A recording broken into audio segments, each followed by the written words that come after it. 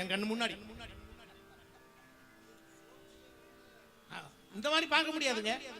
இந்த மாதிரி ஒரு வாக்கியக்காரர், ஒரு பாடகரை பார்க்க முடியாது. யார் பாடினாலும் உட்கார்ந்து அப்படி ரசிக்கிறார்.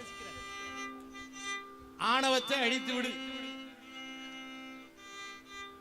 இங்க வந்துட்டா தரமட்டம் ஆயிடுங்கிறது உண்மை. இங்க வரணும். அதாவது என்னப்ப நினைத்தால் ஒழிய எவரும் இங்க கை அடி வைக்க முடியாதுங்கிறது ஒரு உண்மைதான்.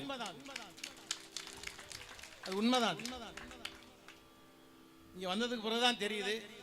இனிமே வருஷம் நீங்க வர வேண்டாம்னு சொன்னா கூட நான் கேட்க மாட்டேன்.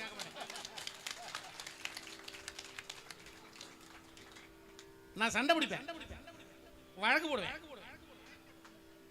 எனக்கு ஒரு நல்ல நேரம் தரணும். ஆமா, இனிமே இது ஏன் இடம், அவ்வளவுதான். நாங்க எதை எதிர்பார்க்கிறோம்? அவ்வளவுதான். சிவனை பாட போறோம், அதை நீங்க கேட்க போறீங்க. நீங்க இருந்து கை தட்டணும், உங்களுடைய அந்த முகத்தை பார்க்கணும். அவ்வளவுதான் பேரானந்தம். இதெல்லாம் காசு கொடுத்து வருமா? காசு கொடுத்து வருமாங்க? வரவே வர. இப்போ அந்த பக்தி சுற்றுன்னு ஒண்ணு விஜய் டிவியில் ஆரம்பிச்சிருக்காங்க. நல்ல நான் சொல்றேன், அதுல நான் ஜட்ஜா இருக்கேன். டிஎல் மகாராஜன் இருக்காரு, நானும் இருக்கேன். ஆமா, பக்தி சுற்று. ஒரு சினிமா பாட்டே பாடித்த நிலைமை போய் பக்தி சுற்று வருது. வள்ளலார் பாடலை பாடுவதற்கும் எமக்கு வாய்ப்பு வருகிறது. பாருங்க, அந்த நேரம் பாருங்க எப்படி வந்து சேருது இல்லையா? எல்லாம் அவன் செயல்.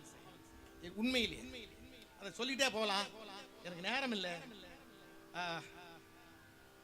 அந்த மணிரங்கு,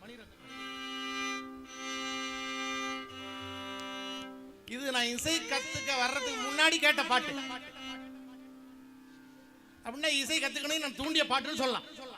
ஆமா, அது எங்க கேட்டேன்னு எனக்கு ஞாபகம். எங்கேயோ கேட்டேன்.